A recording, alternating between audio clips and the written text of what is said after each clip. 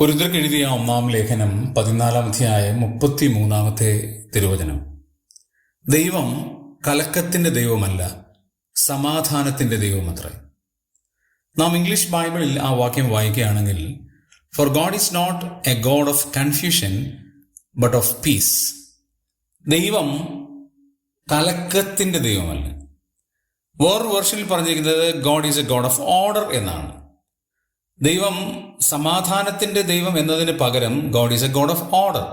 രണ്ടും ചിന്തനീയമാണ്. ദൈവം സമാധാനത്തിന്റെ ദൈവമാണ് എന്ന് പറയുമ്പോൾ സഭയിലെ എല്ലാ കാര്യങ്ങളും സമാധാനത്തിൽ ചെയ്യേണ്ടിയിരിക്കുന്നു എന്ന് വ്യക്തം. 2, ദൈവം ഓർഡറിന്റെ ദൈവമാണ് എന്ന് പറയുമ്പോൾ സകലവും ക്രമമായും ചന്തമായും ഉചിതമായും ചെയ്യണം എന്നുള്ളതാണ് വിഷയം. നാം ഈ കോണ്ടെക്സ്റ്റ് പരിശോധിച്ചാൽ God is a God of order എന്നുള്ളതാണ് കുറച്ചുകൂടെ ആപ്ലിക്കബിൾ ആയിട്ട് വരുന്നത്. ദൈവം ചെയ്യുന്നതെല്ലാം ഓർഡറിലാണ്. കൺഫ്യൂഷന്റെ ദൈവമല്ല എന്നുമാണ് ഇവിടുത്തെ ഏറ്റവും വലിയ പാഠം.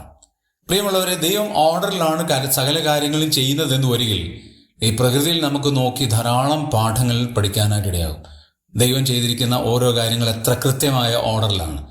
നമ്മുടെയും ജീവിതത്തെ ക്രമീകരിക്കുവാൻ അത് സഹായമായി തീരട്ടെ.